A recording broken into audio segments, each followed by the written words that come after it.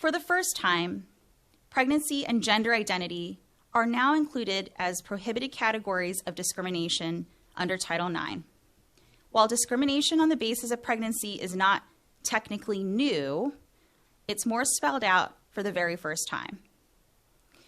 However, the category of gender identity is new and is the subject of significant controversy, which I will touch on in a minute. Discrimination on the basis of either category could invoke the grievance process under Title IX, which my colleague will also go into detail later on in this presentation.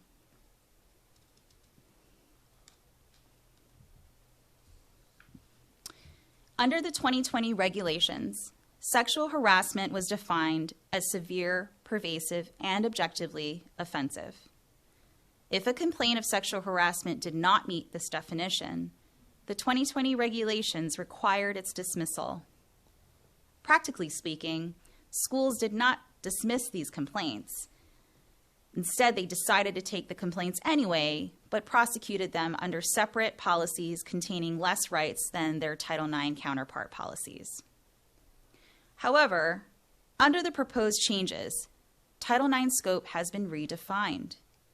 Under the proposed changes, Title IX prohibits both sex-based harassment and sex discrimination, with sex-based harassment referring to sexual harassment, sexual misconduct, sexual assault, and those types of complaints, whereas sex discrimination refers to discrimination on the basis of sex stereotypes, pregnancy, and gender identity.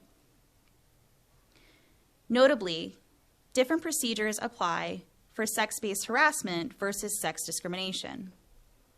Generally, only sex-based harassment complaints would trigger a grievance process that provides for written notice, an advisor, a possible hearing, and some level of cross-examination.